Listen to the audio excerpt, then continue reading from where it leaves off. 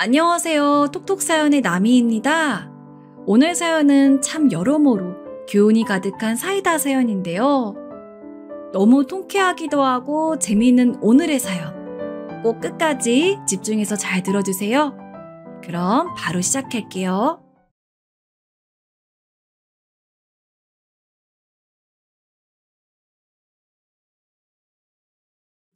안녕하세요. 저는 지방에 거주하는 40대 여자입니다. 오늘은 저한테 일어났던 깜짝 놀랄만한 사연을 제보하려고 해요. 살면서 이런 일이 저에게도 일어나다니 너무 놀랍습니다. 주변에 말했더니 우리만 알기 아깝다고 하더라고요. 그래서 제보하게 되었으니 재밌게 들어주세요. 여러분, 은혜 갚은 까치 아시죠? 전 살면서 사실 인생이 평탄하진 않았어요. 오히려 고난이 많았고 가끔은 사는 게 벅차기도 했습니다. 그래도 제 나름의 신념은 있었어요. 사람이 아무리 그래도 착하게 살자는 신념이요. 평소에 이런 성격 때문에 배신을 당하기도 하고 억울한 일도 당연히 있었습니다. 하지만 인생이 길다는 말을 요즘 실감하는데요. 확실히 저는 착하게 사는 제가 좋아요. 무슨 말인지 궁금하시죠? 그럼 바로 시작할게요. 미쳤어? 이 사람아, 이게 도대체 몇 번째냐고? 당신은 저 어린애들 안 보여? 당신 자식이 지금 셋이나 있어. 그런데 그렇게 바람을 피우고 싶어? 내가 한번 봐줬으면 이젠 그러면 안 되는 거잖아. 안 그래? 내가 이상해? 시끄러워. 내가 만나고 싶어 만난다는데 네가 왜 난리야? 그럼 이혼해. 이혼하라고. 이혼하자고 하면 절대 안 된다고 했던 거는 너 아니야? 나 어리고 예쁜 새 애인하고 재혼하게 이혼 좀 하자고. 네 딸이 지금 3명이야. 저 애들은 어떡해? 여보, 제발 정신 차려. 이제 큰딸은 중학교 들어가. 아직 애들 많이 어려. 적어도 사람이 아기를 낳았으면 책임감은 있어야 하지 않아? 너는 집에 애가 이렇게 많은데 다른 여자를 만나고 싶어? 우리 아들한테 그만해라. 내가 듣다 보니 기가 막혀서. 네가 애초에 집에서 잘했으면 내 아들이 다른 여자가 눈에 들어왔겠니? 남자는 여자하기 나름이다. 그렇게 사사건건 간섭하니 내 아들도 밖에서 숨통이 튀었겠지.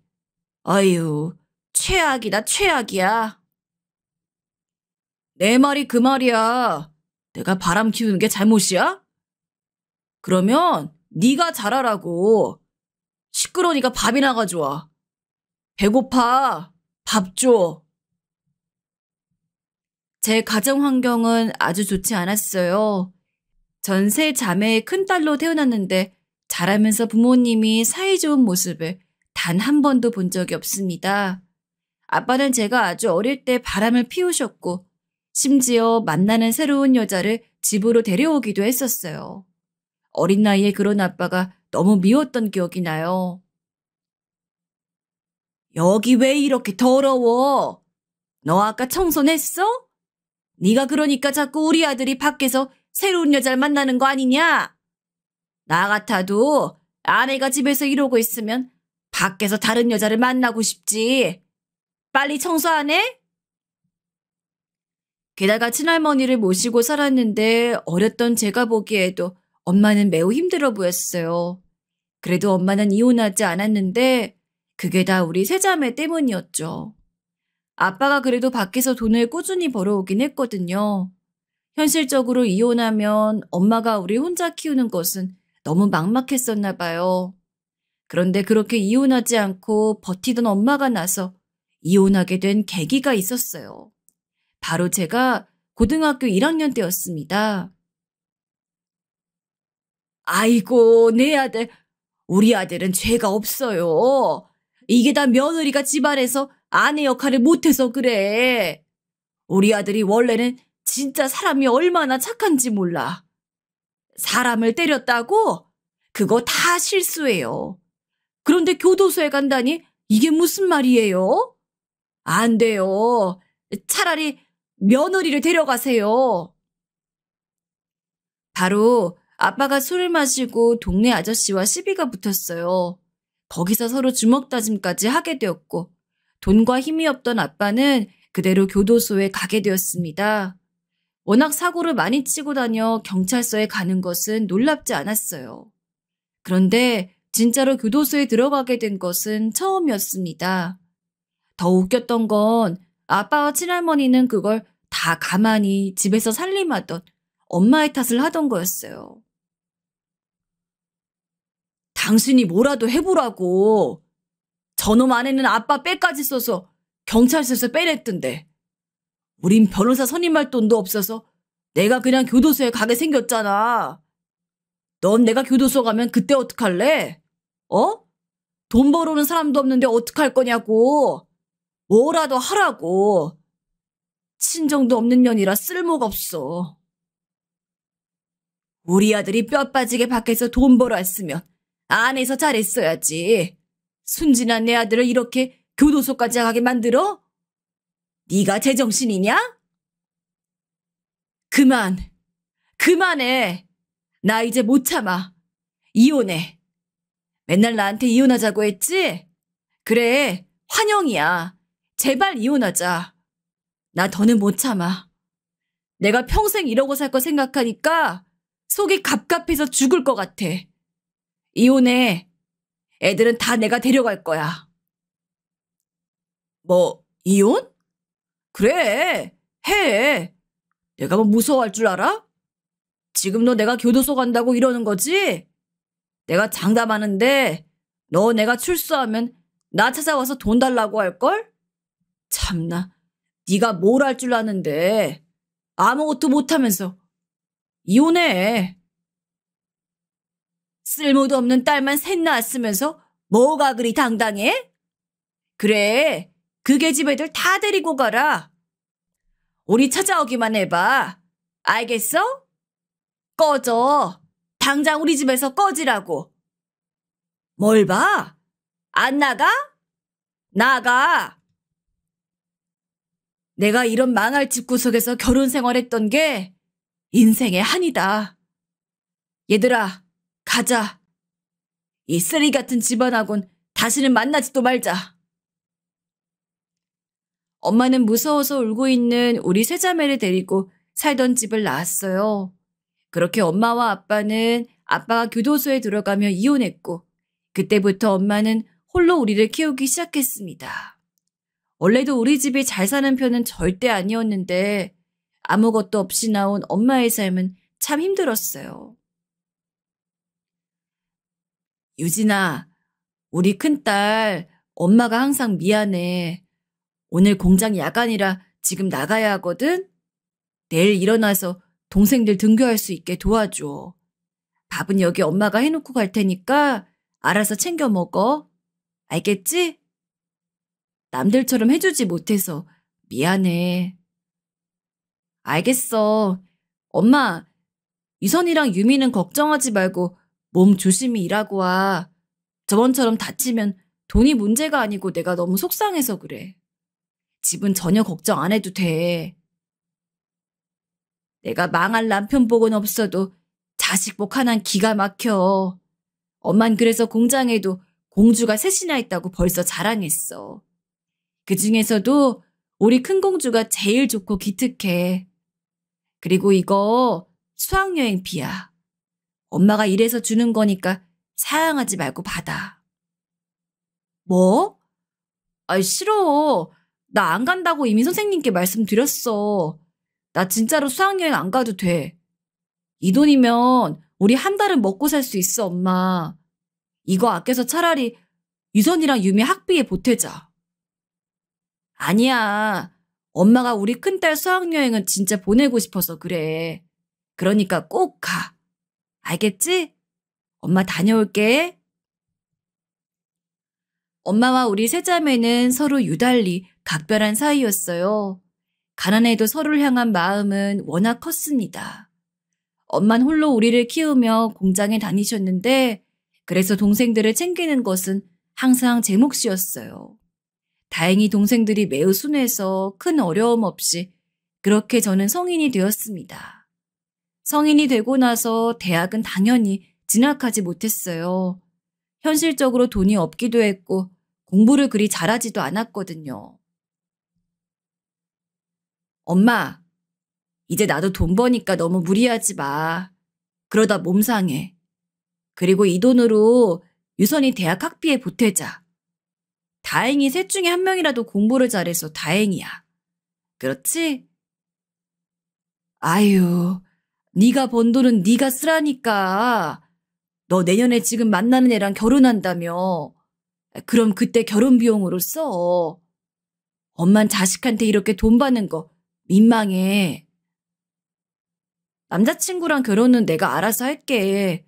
원래 결혼은 서로 형편에 맞게 하는 거지. 그러니까 잔말 말고 엄마는 돈 받아줘. 전 그때 당시 동네에 있던 미용실에 고등학교를 졸업하고 취직했어요. 다행히 원장님이 좋은 분이라 저를 많이 챙겨주셨습니다. 그리고 그 미용실의 단골 손님과 친해졌는데 그 단골 손님이 바로 제 첫 남자친구이자 지금의 남편이에요.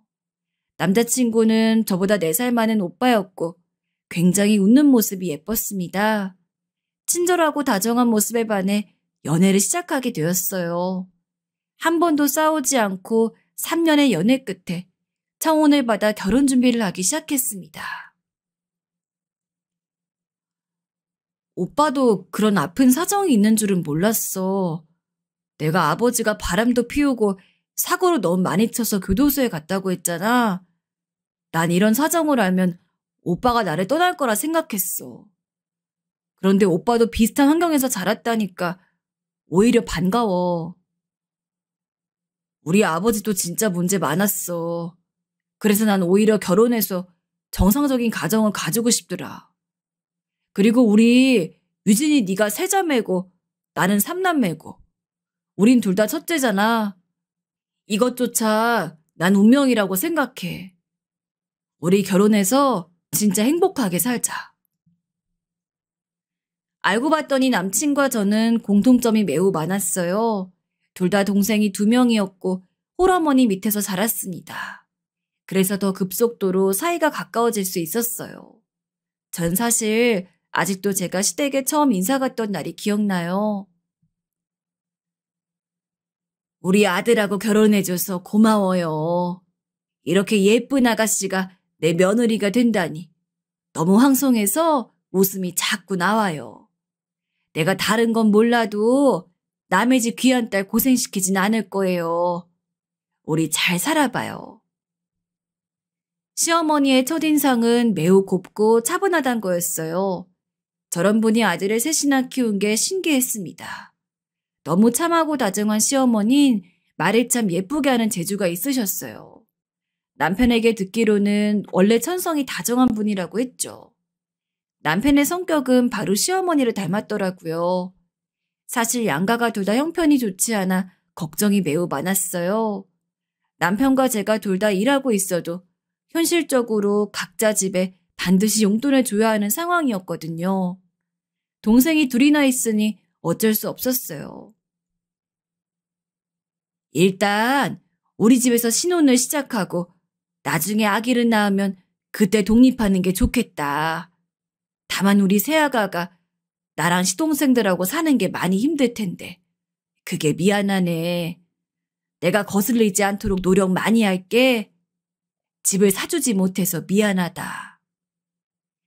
에이, 어머님, 괜찮아요. 각자 형편에 따라 사는 건데 집을 못 해주시면 어때요? 전 아무 상관없어요. 돈을 모을 수 있을 때 모아야죠. 그러니 걱정하지 마세요. 형편이 어려워서 시댁의 합가에 신혼생활을 시작하는 것으로 미리 정하고 결혼식 날짜를 잡게 되었어요. 상견례도 무사히 마쳤고 서로 예단이니 예물이니 쓸데없는 절차는 생략하자고 합의했죠. 내가 시집살이 워낙 심하게 당해서 얼마나 걱정했는지 몰라. 근데 우리 큰딸 시어머니가 너무 좋으신 분 같아. 인상 자체가 선하고 고우셔. 저런 집에 시집 간다고 하니까 드디어 마음이 놓여 유진아. 결혼 잘하는 것 같다. 엄마가 워낙 시댁공포증이 심해서 걱정을 많이 했는데 다행이야. 내가 우리 시어머니 좋다고 했지? 나도 엄마가 할머니한테 어떻게 당했는지 아니까 쉽사리가 걱정이었어. 근데 너무 좋은 분이라 결혼에 관해 확신이 생긴 거야. 엄마가 마음이 놓인다니까 내가 다행이다. 친정엄마도 나서서 좋은 분이라고 하실 정도로 괜찮았어요. 이렇게 무난하게 결혼식까지 얼마 남지 않은 그때였습니다. 정말 갑자기 우리 가족에게 슬픈 일이 생겼어요. 그건 바로 엄마가 공장에서 무리하게 일하다 쓰러지게 되었답니다. 어떡해? 우리 엄마 어떡해? 엄마, 눈 떠봐. 괜찮아?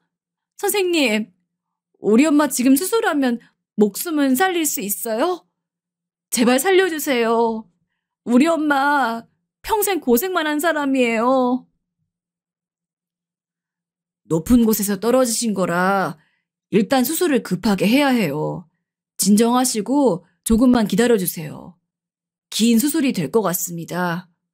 혹시 모르니 마음의 준비도 하고 계세요. 굳게 닫힌 수술방 문을 하염없이 바라보며 전 바닥에 쓰러졌어요. 엉엉 울며 의식을 잃은 엄마의 수술을 기다렸습니다. 그때가 결혼식이 단 2주밖에 남지 않았을 때였죠. 유진아, 세아가, 괜찮니? 이게 무슨 일이야? 아이고, 사돈. 아가 괜찮다. 내가 옆에 있어줄 테니까 너무 걱정하지 마. 다 잘 될 거야. 어? 시어머니도 소식을 듣고 바로 병원으로 와주셨어요. 옆에서 계속 제 손을 잡아주시며 위로해 주셨습니다. 그때 얼마나 저한테 큰 힘이 되었는지 아직도 감사할 정도예요. 다행히 목숨은 살렸습니다. 다만 환자분 상태가 심각해서 회복하는 데 오래 걸릴 수 있어요. 일단 병원에 입원하고 경과를 지켜보는 게 최선입니다. 아마 오래 입원하실 수도 있어요. 목숨은 살아있다니 다행이네요. 의사 선생님, 감사합니다. 정말 감사해요. 전 엄마가 이대로 죽는 줄 알았어요. 다행히 엄마는 수술이 잘 되었지만 입원은 필수로 해야 하는 상황이었어요. 현실적으로 당장 2주 뒤에 제 결혼식이 있어 그게 걱정되었습니다. 병원비도 만만치 않았고요. 아가, 유진아, 결혼식은 미뤄도 되지 않니? 나는 다 떠나서 제일 우선이 사람 건강이라고 생각해. 사돈 어르신 몸 상태가 우선이지. 나는 네 의견에 따를 테니 네가 하고 싶은 대로 하렴. 알겠지? 시어머니는 너무 감사하게 제 의견을 제일 먼저 물어보셨어요. 결국 저도 속이 말이 아니라 결혼식은 뒤로 미루게 되었습니다. 남편도 시어머니도 괜찮다고 했지만 참 죄송했죠. 그런데 전 이때 아이러니하게 결혼은 꼭 해야겠다고 생각했습니다. 그 이유는 바로 시어머니의 행동 때문이었어요. 어머니? 어머니가 여기 무슨 일이세요? 아이, 세아가, 내가 사돈이 걱정되어 집에 있을 수가 없더라고. 너야말로 지금 일하는 시간 아니야? 내가 말했잖아. 병간호는 집에서 노는 내가 할 테니 넌 걱정하지 말고 일하렴. 아유, 어머니, 안 그러셔도 돼요. 사실 동생들한테도 이미 들었어요. 어머님이 몰래 반찬 갖다 주신다면서요. 집으로 불러서 밥도 먹이시고. 전 어머님한테 해드린 게 아무것도 없는데 이렇게 받기만 해서 너무 죄송해요. 아유, 우린 이제 가족이잖아. 가족끼리 원래 이러는 거야. 그리고 내가 늘 말하잖니. 사람이 먼저야. 내가 사돈 병간호는 책임질 테니까 세아가 너는 일해. 오늘은 어떻게 온 거야? 겨우 사정해서 잠깐 안 바쁠 때 짬내서 온 거예요. 병원비가 비싸서 차마 일을 쉴 순 없잖아요. 항상 머리에 엄마 걱정이 가득했는데 어머님 덕분에 한숨 돌릴 수 있어서 얼마나 죄송하고 감사한지 모르겠어요. 나야말로 미안하다. 내가 우리 큰아들이 결혼하는데 해줄 수 있는 게 없잖니. 이렇게 간호라도 하면 나도 마음이 편해. 나를 위해 그런 거니까 세아가 넌 그냥 일해서 돈 많이 모으렴. 응? 천사 같은 시어머니인 쓰러진 우리 엄마를 옆에 딱 붙어서 간호하셨어요. 이뿐만이 아니라 제가 동생이 2명이 있잖아요. 우리 집에 갈비찜 같은 요리도 해서 갖다 주시고 밑반찬도 가득 가져다 줬다고 동생들이 말했습니다. 너무 죄송하고 감사해서 이 은혜를 어떻게 갚아야 하나 싶었죠. 그리고 마침내 우리 엄마도 제대로 회복하게 되어 결혼식을 1년 늦게 올리게 되었습니다. 유진아, 네가 그렇게 착하고 성실하게 살더니 복을 받나 봐. 내가 쓰러져 있을 때 사돈께서 어찌나 지극정성으로 간호했던지 그걸 간호사가 나한테 말해주더라. 우리 딸이 결혼 하나는 무척 잘하는 것 같아 다행이야. 그렇다니까 난 우리 시어머니한테 평생 은혜 잊지 않고 갚을 거야. 엄마가 회복하게 되어 나도 기뻐. 그리고 저는 결혼해서 시어머니와 함께 시댁에서 살게 되었죠.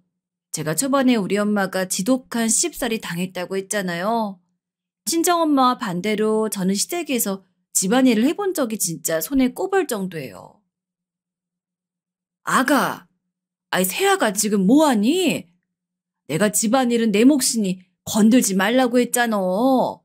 종일 일하느라 힘들 텐데 이렇게 집에서까지 일하면 몸이 못 버텨. 그러니까 아무것도 하지 말고 가만히 앉아서 쉬어. 응? 어머니, 이거 제 빨래잖아요. 저도 같이 사는데 아무것도 안 하면 오히려 불편해요. 어머님이야말로 몸 상하니까 소파에 누워 계세요. 많이 움직이면 관절 다쳐요. 어머님과 저는 서로 어떻게든 도움이 되려고 노력했어요. 이런 관계가 있다니 신기하지 않으세요? 지금 세대는 몰라도 사실 제 세대에서는 주변에서 이런 시어머니가 있다는 것을 믿지 않더라고요. 아무튼 이렇게 저는 평생 시어머니를 모실 생각을 하고 있었고 행복한 결혼 생활을 할 줄 알았답니다. 그런데 인생은 정말 모르는 거잖아요. 사건이 발생하게 되었어요. 아유, 자식 결혼은 2번째인데 왜 이렇게 떨리지? 세아가, 이거 맛 좀 봐줄래? 내가 아까 간보며 요리하긴 했는데 영 맛이 안 나네. 괜찮니? 새로운 며느리가 서울 사람이라 입맛이 까다롭지 않을까? 에이, 어머님, 맛만 좋은데요? 우리 어머니 음식 솜씨 대단한 거 모르는 사람도 있어요. 제 동생은 어머님이 예전에 해주신 갈비찜을 아직도 얘기한다니까요. 식당에서 파는 것보다 맛있어요. 걱정하지 마세요. 그래? 아이, 그러면 다행이지. 그리고 갈비찜 많으니까 내일 집에 가져가. 어머님 건강은 괜찮으신 거 맞지? 네, 괜찮아요. 어머님 간호가 너무 대단해서 태어나고 지금까지 멀쩡하세요. 아무튼 전 맛만 좋으니까 어머님 긴장 푸세요. 어머님 음식이 맛이 없으면 그 사람 미각이 이상한 거예요. 둘째 시동생이 결혼하게 되면서 동서가 생기게 되었어요. 동서는 서울에서 나고 자란 서울 토박이었는데 처음 인사 오는 날 시어머니가 유독 긴장을 하셨죠. 그리고 드디어 둘째 시동생과 동서가 집에 왔는데 사실 첫인상이 그리 좋진 않았어요. 둘째 동서는 친정이 잘 사는 집이라고 들었는데 그래서 그런가 은근히 시어머니를 무시하는 발언을 하더라고요. 여기 시골에서는 이런 것도 먹네요. 서울에선 이런 나물을 식탁에서 본 적이 없거든요. 먹어도 몸에 이상 없는 거 맞죠? 제가 워낙 곱게 자라서 음식을 잘못 먹으면 탈이 나거든요. 만약에 제가 탈나면 우리 아버지가 가만히 안 계실 거예요. 아유, 그래요? 아이, 그러면은, 이거 고기랑 생선구이 위주로 먹어요. 내가 음식 솜씨가 좋지 않아 걱정이네. 입맛에 맞지 않으면 뭐, 과일이라도 줄까요? 에이, 맛만 좋은데요. 그리고 어차피 같은 한국인데 뭐가 그렇게 다르다고 그러세요. 여기가 섬도 아니고 어디 오지 산골도 아닌데. 지역 특색이라고 생각하고 드셔보세요. 어색할 수는 있는데 그게 몸에 나쁜 건 아니거든요.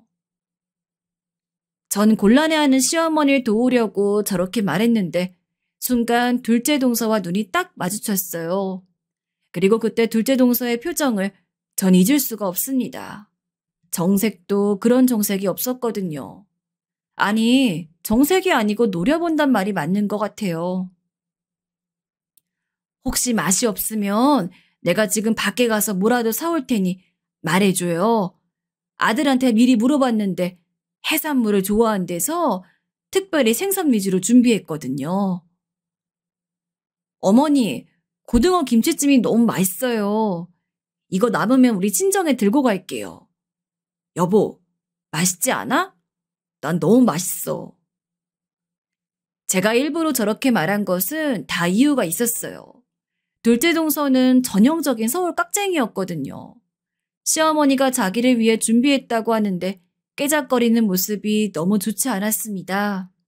표정부터 먹기 싫은 티를 내길래 시어머니가 민망해하셨어요. 거의 밥이 줄지 않는 것을 보고 시어머니 속상해하셨죠. 그렇게 동서가 돌아가고 전 둘째 시동생에게도 화가 났어요. 아까 어머님 표정 봤어? 난 도련님한테도 실망이야. 자기 아내 될 사람이 옆에서 그러고 있으면 중재를 하든가. 예쁘니까 좋다고 옆에서 눈치를 오히려 살살 보더라. 너무 실망했어. 안 그래도 나도 뭐라고 했어. 우리가 가난하게 자라서 부자인 예수 씨한테 푹 빠졌나 봐. 결혼하고 아예 우리 집은 모른 척 할까 봐 무섭네. 둘이 집에 돌아가고 내가 어머님께 가서 너무 맛있다고 하니까 손 꼭 잡고 고맙다고 하신 거 있지. 어머니 음식 솜씨 우리 동네에서 유명하잖아. 사람이 하나를 보면 열을 난다고 했어. 난 동서 마음에 들지 않아. 나도 재수 씨 별로야. 근데 현실적으로 우리 집에서 지원해 줄 수 있는 게 적으니까 엄마도 저러시는 거지. 재수 씨도 우리 동생이 잘나서 자기 집으로 쏙 데려가려고 저러잖아. 속상하다. 둘째 시동생은 공부를 매우 잘해서 서울에 있는 대학에 진학했어요. 거기서 열심히 죽어라 공부해서 대기업에 들어갔습니다. 그리고 둘째 동서를 만났는데 동서네 집안에 돈이 워낙 많았어요. 결혼할 때 지원받는 금액 차이가 매우 커서 둘째 시동생은 시어머니 앞에 돈을 달라고 요구했죠. 시어머니가 몰래 우는 모습을 보고 전 큰 결심을 하게 되었습니다. 어머니, 이거 제가 모은 적금 통장이에요. 원래 아기 낳으면 쓰려고 했는데 일단 급한 상황이니까 둘째 결혼 비용으로 쓰세요. 아이고, 아가, 아니다. 내가 힘들게 번 네 돈을 어떻게 쓰니? 됐다. 괜찮아. 돈 모아서 분가에 아기 낳아야지. 괜히 내가 감정을 잘 수스르지 못해 너한테 신경 쓰이게 해서 미안하다.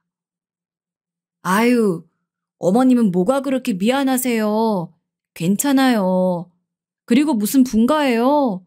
전 어머님 평생 모시고 살 거예요. 아기도 아직은 소식이 없잖아요. 원래 급한 불부터 끄는 거 모르세요? 어머님이 안 받으시면 저 받을 때까지 밥 안 먹어요. 시어머니는 한사코 거절하셨지만 제 마음이 불편해서 통장을 손에 쥐어드렸어요. 제가 그렇게 돈을 드린 이유는 둘째 동서 때문이었습니다. 우리 시댁에서도 어느 정도 돈을 주니 무시하지 말라는 경고의 의미였죠. 그렇게 제 돈으로 지원받아 둘째는 결혼했는데 결혼하고도 마음이 상하는 일이 꽤 있었어요. 뭐라고? 아이, 그럼 이번 명절에도 둘째 동선 자기 집 가족들하고 여행을 간대? 그럼 1년에 도대체 얼굴 볼 수 있는 기회가 몇 번이야? 서방님도 처가 사람들하고는 여행 가면서 왜 시댁엔 안 내려와? 동생한테 들으니까 그쪽 집에서 돈을 다 낸대. 딱 봐도 지금 재수 씨한테 잡혀 살더라. 엄마도 속상해하셨어. 아휴, 돈 없는 게 죄다. 둘째네 부부는 결혼하고 처가 식구들하고는 그렇게 여행을 다녔는데 시댁에는 내려오질 않았어요. 어머님이 서운해하셔 제가 더 잘하려고 노력했습니다. 이런 상황에서 엎친 데 덮친 격으로 사건이 또 발생했어요. 얌전한 고양이가 부뚜막에 먼저 올라간다더니 이게 무슨 일이니? 세상에 이걸 어째? 세아가 큰일이다. 지금 막내가 결혼하겠대.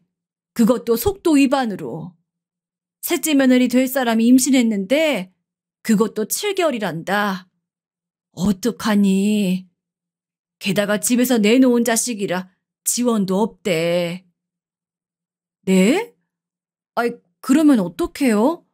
아니, 막내 도련님은 그렇게 조용하더니 혼자 이런 사고를 쳐요? 막내 도련님 게다가 군대도 안 갔잖아요. 아, 그럼 어떡해요? 내 말이 그 말이다. 곧 군대 가야 하는데 아기랑 자기 마누라는 어떡하라는 거야? 게다가 막내 며느리는 갓 성인이래. 내가 미치겠다. 이걸 어쩌니? 이렇게 대책 없이 아기를 가지면 어떡한데요? 여보, 이걸 어떡해? 일단 그럼 갈 곳이 없으니까 우리랑 같이 살아야 해? 그렇게 조용하던 막내 도련님이 기어코 사고를 치게 되었어요. 갓 성인이 된 막내 동서는 딱 봐도 앳된 인상이었습니다. 고등학교를 자퇴했다고 들었는데 너무 딱 봐도 양아치였죠. 둘째 동서는 깍쟁이에 막내 동선 양아치. 내가 미치겠어. 우리 시어머니 힘들게 살았는데 왜 이런 시련이 있는 거야? 그래서 지금 당장 내일부터 막내 동서가 시댁에 들어온대. 더 웃긴 건 뭔지 알아? 막내 도련님은 다음 달에 군대에 간다는 거야. 기가 막힌다. 사돈 속이 말이 아니겠어. 네가 옆에서 잘 도와드려. 임신도 거의 아기를 낳을 때가 되어야 알리다니 보통 영악한 게 아니네. 막내 동서는 만삭인 상태로 우리 시댁에서 같이 살게 되었어요. 고등학교도 자퇴하고 가출해서 동네를 돌아다니다 막내 도련님을 만났다고 하더라고요. 그래서 그런가 기본적인 예의 자체가 없었습니다. 어머님, 저 배고파요. 라면 끓여주세요. 아, 그리고 어제 보니까 아이스크림 딸기 맛이던데. 전 초코 맛이 좋거든요. 오늘부턴 초코 맛으로 사주세요. 아, 배고프다. 빨리 끓여주세요. 어머니, 제가 할 테니까 앉아 계세요. 무릎도 안 좋으시면서 자꾸 그렇게 움직이면 더 안 좋아져요. 아까도 보니까 계속 바닥 쓸고 닦으시던데 무리하지 마세요. 형님이 끓이시려고요? 그럼 저 계란도 넣고 파도 넣어주세요. 그냥 먹으면 밍밍해서 맛이 잘 안 나요. 좀 매콤하게 물량도 적게 해서 끓여주세요. 전속이 부글부글 끓었지만 그저 고개를 끄덕였어요. 저도 평소 같았으면 분명히 뭐라고 했을 텐데 임신한 상태니까 뭐라 하지 못하겠더라고요. 우리 착한 시어머니는 남편도 가족도 없이 혼자 시댁에 사는 막내 며느리가 안쓰럽다고 하셨습니다. 어린애가 뭘 알겠어. 자기도 아기 낳으면 그때 이제 비로소 어른이 되니까 그땐 달라질 거야. 그나저나 우리 첫째 며느리가 고생이네. 내가 너무 미안하다, 아가. 같이 살기 불편하면 언제든지 분가해도 좋아. 알지? 에이, 무슨 소리세요? 제가 왜 나가요? 전 어머님 평생 모시고 살 거라니까요. 나가는 건 막내 도련님하고 막내 동서가 나가야죠. 분명히 군대에서 제대하면 나간다고 했잖아요. 실제로 막내 도련님은 제대하고 바로 자기 마누라와 아이를 데리고 나간다고 했었어요. 그 조건으로 막내 동서가 시댁에서 같이 사는 것을 허락한 거였죠. 막내 동서와 같이 사는 것은 엄청난 고역이었습니다. 임신했을 때도 동서의 편의를 봐주느라 힘들었는데 진짜는 출산 후였어요. 어머님, 형님, 저 피곤해서 아이 못 안아요. 대신 분유 먹여주시고 트름도 시켜주세요. 전 출산하니까 몸이 말이 아니에요. 원래 이렇게 힘든가? 아, 막내 동선 출산하고 말 그대로 손 하나 까딱하지 않았어요. 마치 어머님과 제가 동서의 하녀가 된 기분이었죠. 그래도 아기를 낳은 사람이니 제가 참자 생각하며 수발을 들었습니다. 그렇게 막내 동서의 아기가 자라면서 저도 드디어 좋은 소식이 들려왔어요. 어머, 유진아, 임신했니? 너무 축하한다. 세상에, 그렇게 원하던 아기가 드디어 생겼구나. 갑자기 손주가 많이 생겨 기분이 좋아. 오랫동안 아이가 생기지 않아 남편하고 고민이 많았는데 다행히 아기가 생겼어요. 시험관을 해야 하나 걱정했는데 자연 임신으로 생겨서 다행이었죠. 문제는 제가 임신했더니 막내 동서의 오지랖이 장난 아니었다는 거예요. 형님, 그렇게 하면 아이 배 안에서 안 자라요. 자세를 똑바로 하세요. 그리고 그렇게 과자 많이 먹으면 아기 태어나서 피부 문제 생겨요. 식단 관리는 필수인 거 모르세요? 제가 임신 선배라서 충고해드리는 거예요. 이런 거 어디 가서 못 듣는 귀한 정보잖아요. 아, 동서, 나도 알아. 그리고 과자도 나 많이 안 먹어. 동서가 임신했을 때 오히려 나보다 더 많이 먹었던 것 같은데? 내가 알아서 할게. 신경 써준 건 고마워. 전 형님 생각해서 그런 건데 왜 그렇게 꼬아서 들으세요? 마음을 곱게 먹어야 아이도 잘 나오는 거예요. 저 보세요. 우리 딸이 이렇게 건강한 건 제가 마음이 건강해서 그런 거랍니다. 막내 동서는 임신한 저한테 하나부터 열까지 오지랖을 부렸어요. 이런 상황 속에서 전 태교를 하게 되었죠. 그런데 좀 조용히 있고 싶어도 집에는 막내 동서와 시조카가 있으니 쉴 수가 없었어요. 형님, 원래 임신했을 때 안 움직이면 더 안 좋은 거 아시죠? 저 친구 만나고 올 테니까 우리 아이 좀 봐주세요. 아이를 많이 봐야 나중에 더 키우기 좋잖아요. 동서 아기는 동서가 돌봐야지. 친구들 만날 때 데리고 나가. 이제 밖에 나가도 되는 계열수잖아. 나랑 어머님은 동서의 개인 베이비시터가 아니야. 뭐라고요? 형님은 같은 며느리면서 어떻게 그러세요? 안 그래도 저 되게 소외감 느껴요. 맨날 어머님은 형님하고 대화하고 저는 왕따 시키잖아요. 이러니까 제가 자꾸 밖에 나가는 거예요. 뭐? 동서가 하도 어머님을 부려먹어 내가 어머님 신경 쓰는 거잖아. 그리고 동서 행동을 돌아봐. 내가 이상해? 나도 동서가 남편 없이 시댁에 혼자 아기 키우는 거 힘드니까 충분히 편히 봐주고 있잖아. 동서 너무 철이 없어. 아기도 낳았는데 이제 철들어야지. 어떻게 저한테 그런 말씀 하실 수 있으세요? 저는 뭐 임신하고 싶어 임신한 줄 아세요? 지금 저 친정 없다고 무시하는 거예요? 됐어요. 저 집 나갈래요. 동서는 심지어 아기를 낳고 저랑 살짝 말다툼했던 날 가출까지 했어요. 그냥 잠깐 기분이 안 좋아 나간 줄 알았는데 진짜 밤에 들어오질 않더라고요. 시어머니와 남편 그리고 저는 셋이 나가서 동네를 계속 돌았어요.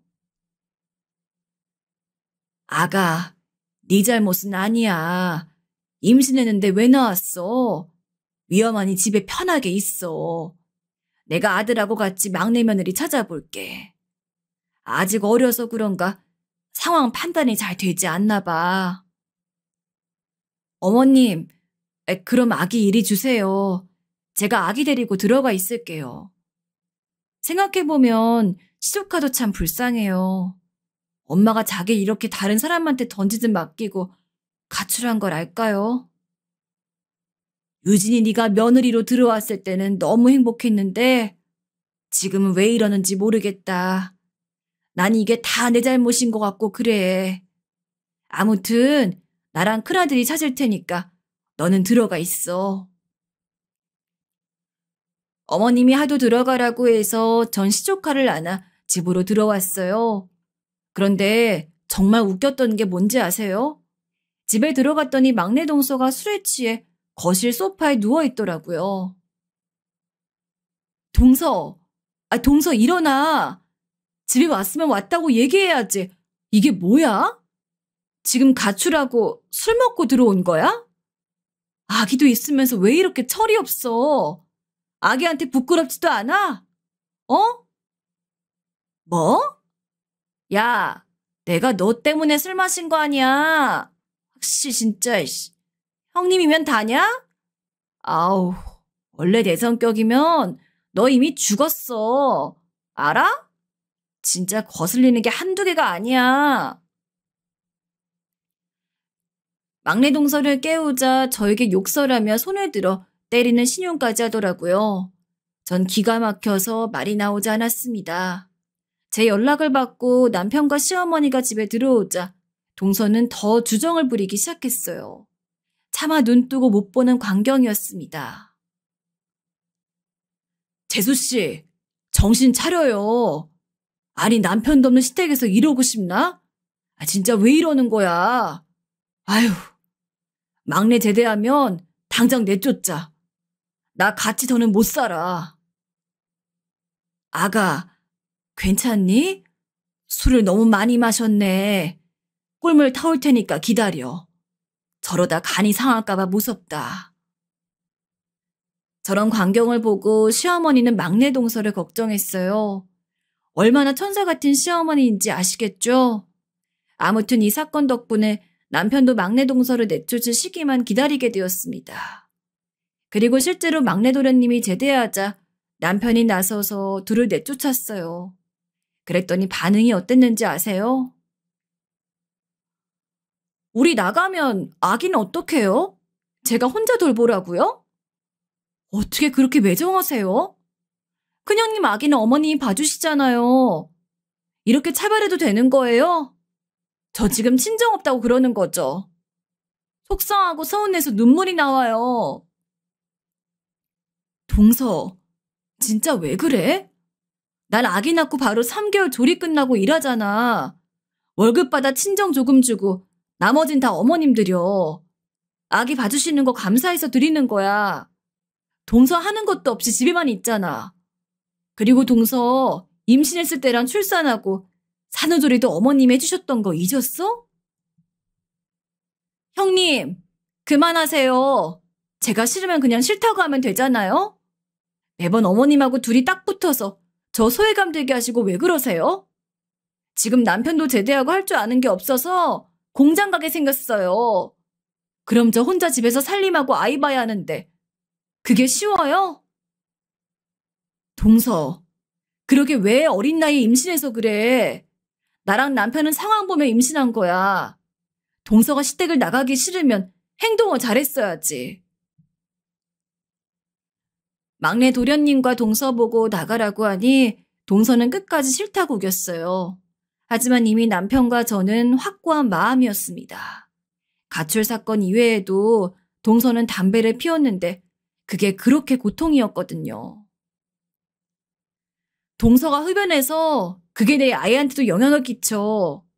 그리고 어머님 건강도 이제 안 좋으신데 자꾸 그렇게 집에서 담배 피우면 우리가 너무 피해를 보잖아. 서로 따로 살면 좋은데 왜 그렇게 고집하는 거야? 솔직히 우리가 아기 봐주고 동서는 매일 친구들하고 놀러 다니니까 편했지? 알겠어요. 그럼 나가면 되잖아요. 진짜 더럽고 치사해서 못 견디겠네. 형님, 그렇게 살지 마세요. 그러다 벌 받아요. 사람이 착하게 살아야죠. 결국 저는 제가 나서서 동서를 내쫓았어요. 실제로 동서의 만행이 한두 개가 아니어서 상당히 고통스러웠거든요. 그렇게 동서를 내보내니 속이 다 시원했습니다. 둘째 동서는 결혼하고 얼굴을 본 적이 다섯 손가락 안에 꼽을 정도였어요. 동서, 이번에도 안 내려와? 무슨 결혼해서 가족이 됐는데 얼굴을 2년에 한 번 봐. 난 괜찮은데 어머님이 아들을 많이 보고 싶어 하셔. 동서가 내려오기 힘들면 서방님이라도 보내. 그건 우리 집 사정이니까 우리가 알아서 할게요. 저도 내려가고 싶죠. 근데 전 서울 토박이라 시골이 너무 불편하다니까요. 마음 같아선 어머님 모시고 살고 싶은데 이미 형님이 그러고 사니까 그러지도 못하네요. 어머, 저 바빠서 끊을게요. 나중에 통화해요. 뭐? 동서, 동서, 이런 식으로 끊는 게 어딨어? 아, 참나 기가 막혀. 둘째 동서는 바쁘단 핑계로 시댁에 오지도 않았고 막내 동선 삐져서 저 때문에 시댁에 오지 않았어요. 아무리 중간에서 중재하려 해도 보통 사람들이 아니더라고요. 이런 상황에서 전 너무 스트레스를 받아 머리가 빠지기도 했답니다. 그런데 이러던 도중 사건이 하나 발생했어요. 회사에서 아주 좋은 기회라고 하면서 중국의 주재원으로 발령을 내줬어. 거기 가면 우리 아기가 다닐 유치원도 지원해주고 집이나 이런 것도 당연히 지원이래. 당신만 괜찮으면 가서 살고 싶은데 어떻게 생각해? 그래? 난 어릴 때부터 외국에 살고 싶어서 좋아. 근데 우리가 중국 가면 어머님이 혼자 계시는데 괜찮을까? 난 좋은데 어머님이 걱정이야. 이따 진지하게 말해보자. 아마 엄마는 가라고 하실 것 같아. 평생 중국에 있는 건 아니니까 괜찮지 않을까? 이런 기회가 또 언제 올지 모르잖아. 남편이 회사에서 능력을 인정받아 중국으로 가게 되었어요. 우리가 중국에 가면 혼자 남은 시어머니가 걱정되었습니다. 어머, 아니야. 이렇게 좋은 기회를 그냥 날릴 수 없지. 난 신경 쓰지 말고 꼭 가. 너무 잘 됐다. 큰며느리도 예전부터 다른 나라에서 살아보고 싶었다며. 이런 기회 놓치면 안 돼. 다른 건 걱정이 안 되는데 어머님이 걱정이에요. 혹시라도 무슨 일 생기시면 반드시 연락하세요. 아셨죠? 미국도 아니고 영국도 아니고 중국이니까 언제든 올 수 있어요. 그렇게 우리 부부는 아이를 데리고 중국으로 향했습니다. 그리고 한동안 고생을 많이 했어요. 다른 나라에서 사는 것이 꿈이었는데 말이 통하지 않니 힘들었습니다. 그래도 현지에서 어학원도 다니고 한인들과 친해지며 차차 적응하기 시작했죠. 아이도 커서 국제학교에 입학해 잘 다니고 있었어요. 아가, 거긴 괜찮니? 나는 잘 지내고 있단다. 음식은 입에 맞니? 내가 예전부터 늘 말하지만 사람은 건강이 최우선이야. 알지? 먹기 싫어도 야채랑 과일 꼭 챙겨 먹고 고기도 주기적으로 먹으렴. 아들은 남자니까 괜찮은데 우리 며느리랑 손녀가 걱정이다. 어머님, 저 너무 건강해요. 오히려 중국에 와서 살도 쪘어요. 다이어트가 시급해요. 그나저나 애 아빠가 일이 너무 바빠서 이번에도 한국에 못 갈 것 같아요. 대신 이번 일만 끝나면 꼭 같이 찾아뵐게요. 아셨죠? 천천히 와라. 괜히나 신경 쓰여서 한국에 올 필요는 없어. 난 너희가 마음 편한 게 우선이야. 전화해줘서 고맙다. 다음에 또 연락하자. 실제로 남편의 주재원 일이 매우 바빠서 시간이 도저히 나지 않았어요. 겨우 시간을 내서 한국에 가려고 해도 어머님이 만류하시거나 나중에 오라고 하셨죠. 남편과 저도 정착하기 바쁘단 핑계로 어머님의 얼굴을 못 보고 있었는데 사건이 발생하게 되었습니다. 이 사건이 제가 오늘 제보할 결정적인 사건인데요. 갑자기 한밤중에 둘째 시동생에게 전화가 걸려왔어요. 뭐라고? 어머니가 쓰러지셨어? 뭐? 의식불명? 당장 비행기 알아볼게. 이게 무슨 일이야? 어머니 멀쩡하지 않았어? 아니다. 나랑 형수가 갈 테니까 기다려. 여보, 이게 무슨 일이야? 어머님이 쓰러지셨다고? 당신 바쁘면 나 혼자라도 어머님 보러 갈게. 세상에 어머님, 어떡해. 의식불명이라니. 어떡해. 나 지금 당장 한국 갈래. 어머님이 쓰러지셔서 병원에 입원했다는 소식을 듣고 저랑 남편은 급하게 한국을 가게 되었어요. 아무리 회사 일이 바빠도 어머니가 쓰러진 소식을 듣고 안 갈 순 없었죠. 그렇게 병원에서 아주 오랜만에 시동생들과 동서들을 마주했습니다. 지금 환자분 깨어나실 때까지 옆에서 상주해서 간호할 분이 필수로 필요해요. 웬만하면 이럴 때는 가족분들이 계시거든요. 상의해서 한 분은 남으셔야 합니다. 의사의 말을 선두로 급기야 가족끼리 싸움이 나기 시작했습니다. 그런데 저는 동서들의 대화를 듣고 진심으로 너무 놀라서 뒤로 자빠질 뻔했어요. 나는 못해. 우린 서울 사는데 언제 지방에서 어머님이 깨어날 때까지 기다려?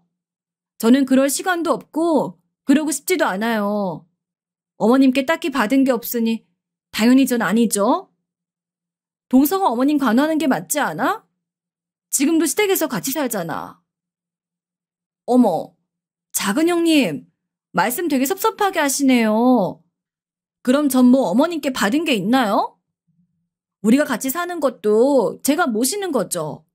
평소에 제가 모시는데 그럼 병간호까지 해야 해요? 잠시만.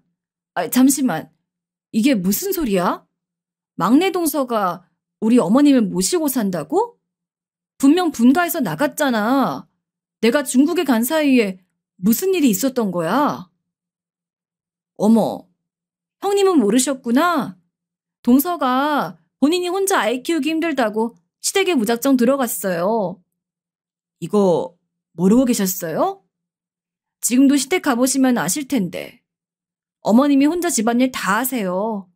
아마 그것 때문에 쓰러진 거 아닐까요? 형님, 제가 어머님 말동무할 때 형님은 뭐 해준 게 있어요? 전 그래도 가끔 어머님 모시고 병원이라도 갔지. 형님은 서울에서 얼굴도 안 보러 오면 뭐가 그렇게 당당해요? 사람이 왜 이렇게 못됐어요? 뭐? 지금 말 다 했어? 동서가 어머님 모시고 병원 다니면 뭐해?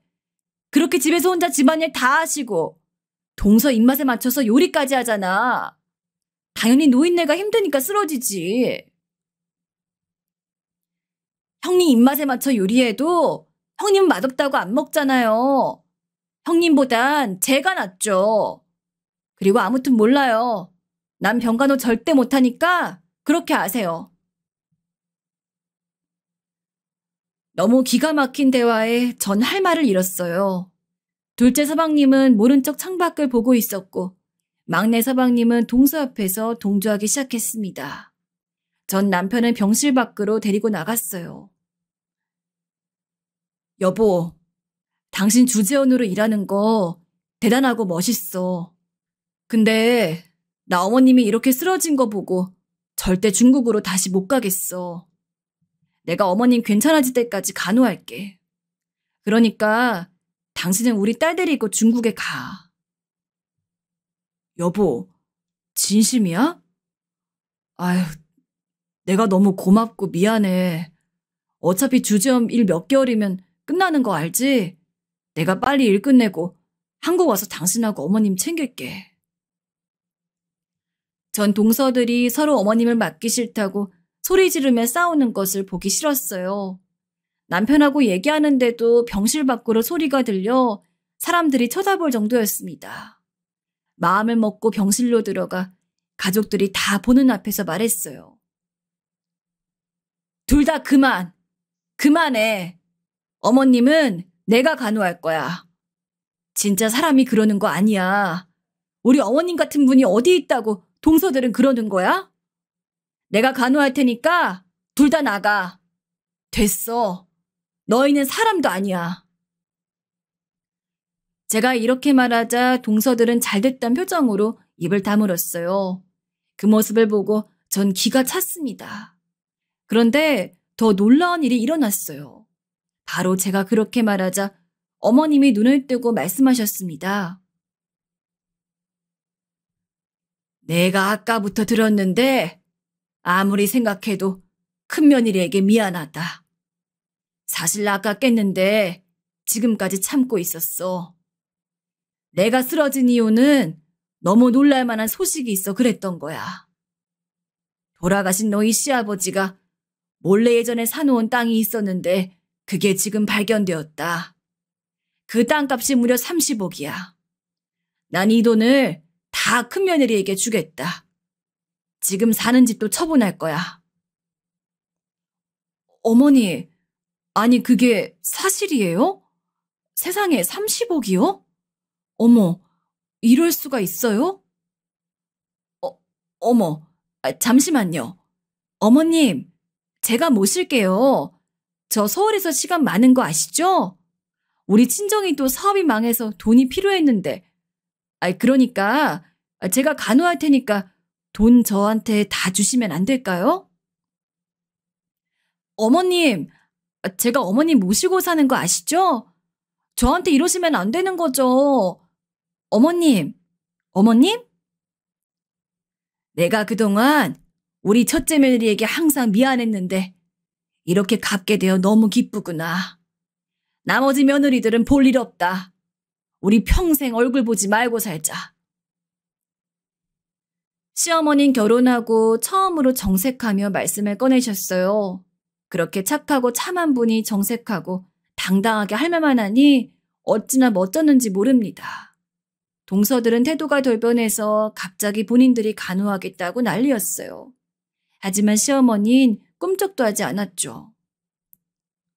엄마, 잠시만요. 아버지가 땅을 사셨어요? 저 그건 몰랐는데. 아니 왜 그걸 지금 안 거예요? 엄마 진짜 지금 아내 친정이 사업이 망해서 많이 어려워요. 조금만 도와주세요. 야 이놈아, 넌 양심도 없냐? 그렇게 결혼하고 엄마 얼굴도 안 보러 왔으면서 갑자기 이래? 막내 너도 마찬가지야. 엄마한테 그동안 다들 얼마나 매몰차게 굴었으면서 양심도 없어? 시동생들도 난리가 났지만 그건 남편이 가볍게 제압했어요. 이리로는 제가 실제로 어머님을 극진히 간호했고 동서들은 병실로 못 들어오게 막았습니다. 그리고 남편이 중국에서 주재원을 마치고 돌아오자 어머님은 그 돈으로 경기도 외곽에 멋진 별장을 지으셨어요. 거기서 우리 부부와 딸, 그리고 어머님과 행복하게 살고 있답니다. 서방님들과 동서들은 어떻게 사는지 궁금하지도 않아요. 아예 연락 자체를 차단했거든요. 여기까지가 제가 준비한 사연입니다. 다들 재밌게 들으셨나요? 전 어머님을 모시고 평생 행복하게 살려고요. 들어주셔서 감사합니다.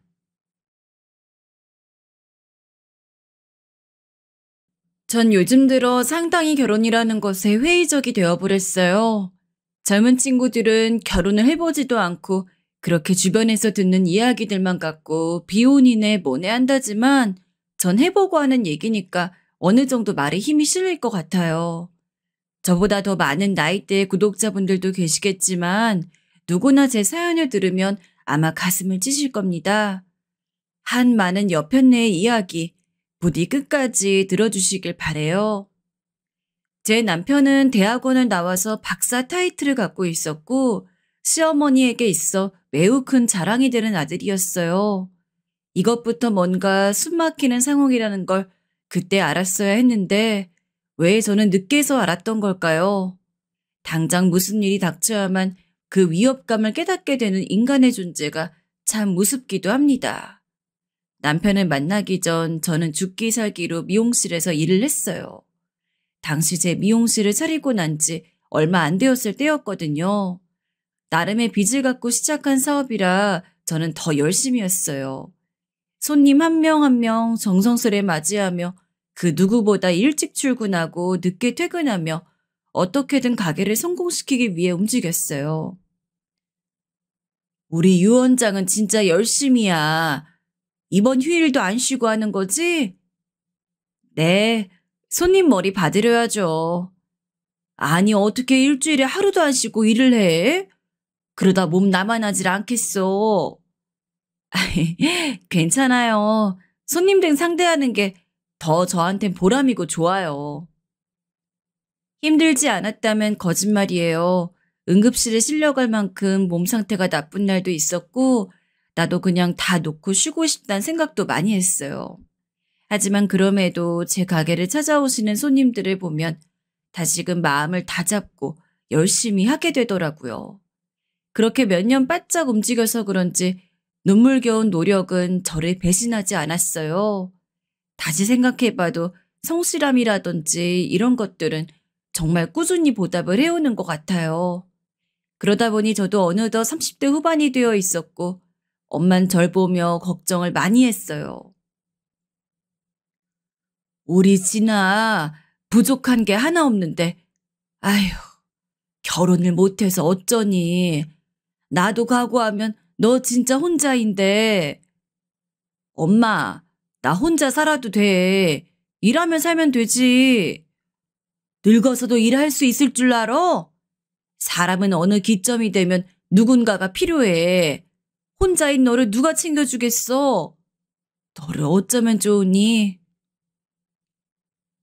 저는 괜찮다고 했지만 엄마 생각은 아니었어요. 엄마는 제가 하루빨리 결혼을 해 자리를 잡기 바라셨고 그러던 와중 남편을 만나게 되었어요. 저와 남편은 고등학교 때 동창이었고 동창들끼리 만난 자리에서 만났는데요. 그대로 감정이 좋아져서 연애로 이어지게 되었어요. 엄마는 연애 소식을 듣자마자 펄쩍펄쩍 뛰며 좋아하셨습니다. 아이고, 드디어 우리 진아가 시집을 가는구나. 경사다, 경사야. 얼른 날 잡아라. 어? 엄마의 말은 시기상조이긴 했지만 사실 저도 남편도 당시 결혼을 전제로 만나고 있었고 또 언젠가 결혼하게 될 거라 생각하고 있었어요. 그래서 6개월이란 빠른 시간 안에 결혼을 결심하고 이야기를 나누게 되었어요. 그런데 생각지도 못한 장애물이 있더라고요. 바로 남자친구의 집안이었어요. 그렇게 결사반대를 하고 알아놓으실 줄은 몰랐거든요. 솔직히 남자친구는 저와 동갑인 39살이었고 여자인 저만 결혼을 그때까지 안 한 게 아니라 남자친구 역시 그 또래 남자들 치고 한참 늦은 노총각이었어요. 그런데 뭘 그렇게 따지시는 게 많은 건지 적어도 6, 7살은 어린 여자를 데려와 결혼을 시켜야 한다며 그렇게 반대를 하셨나 봐요. 그래도 정말 그간 들었던 정이 무섭다고 전 시어머니가 까탈스러운 거지 남편은 아무 잘못이 없다는 생각이 들었어요.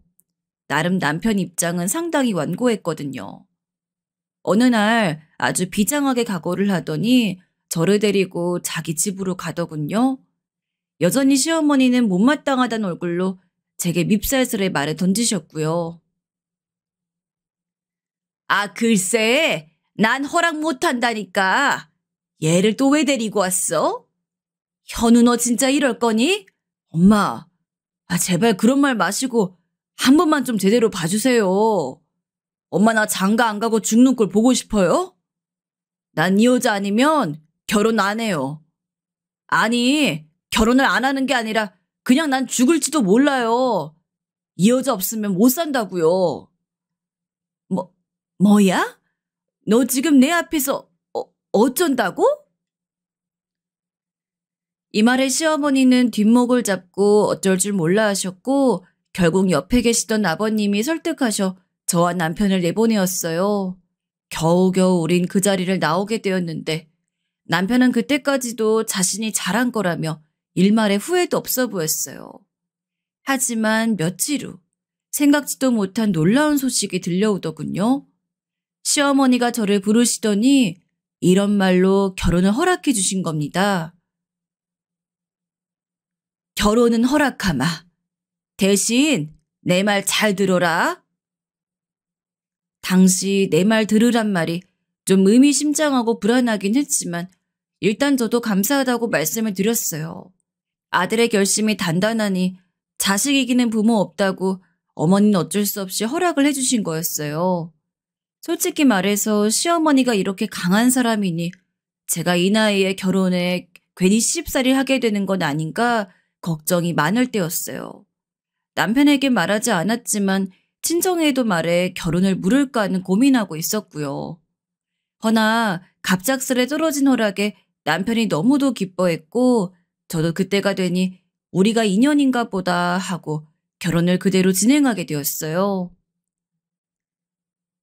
내가 정말 잘해줄게. 진아야, 고마워. 나랑 결혼해줘서. 남편은 저에게 지극정성이었어요. 그렇게 말하는 남편을 보니 저도 그래, 이왕 하게 된 결혼 잘 살아보자 하는 의욕이 솟더라고요. 하지만 그렇게 허락을 받았다고 해도 당장 어떻게 살고 뭐를 어찌할 건지에 대한 대책이 있는 것은 아니었어요. 남편도 대학 졸업하고 거의 십몇 년을 공부만 했던지라 직장도 제대로 없고 모아놓은 돈이 없었거든요. 하지만 서로 사랑하는 사이인데 있는 쪽이 좀 더 내면 어떤가 싶었어요. 그래서 신혼집도 제가 주변을 알아보고 30평대로 새로 사서 들어가게 되었습니다. 어찌되었건 저는 어머니한테 더 이상 싫은 소리 듣고 싶진 않아서 그 나이에 남의 아들 뺏어가는 죄로 결혼식장 예약부터 해서 신혼집, 예단이나 이것저것 엄청나게 화려하게 했어요. 사실 이 문제도 꽤나 시끄러운 문제였는데요. 시어머니가 저를 불러 먼저 그러시더라고요. 그래, 집은 어디로 잡을 거니? 아, 저 집은 제 직장 근처로 잡을 생각이에요. 30평대로 둘이 살기 괜찮은 곳 받은 게 있고요. 뭐? 아이, 네 직장 근처? 아니, 그럼 우리 집에선 너무 멀어지는 거 아니냐? 아니요, 멀어진다기보단 차로 30분 거리예요, 어머니. 30분이라니, 멀어도 너무 멀구나. 시어머니는 대놓고 실망하셨고 그래서 어쩔 수 없이 알아받은 집보다 더 좀 비싸지만 시어머니 댁에 가까운 집으로 가게 됐어요. 이뿐만이 아니었죠. 나는 이 정도로 생각한단다. 시어머니께서 대뜸 절 불러 건네신 예당 목록은 황당하리만치 길었어요.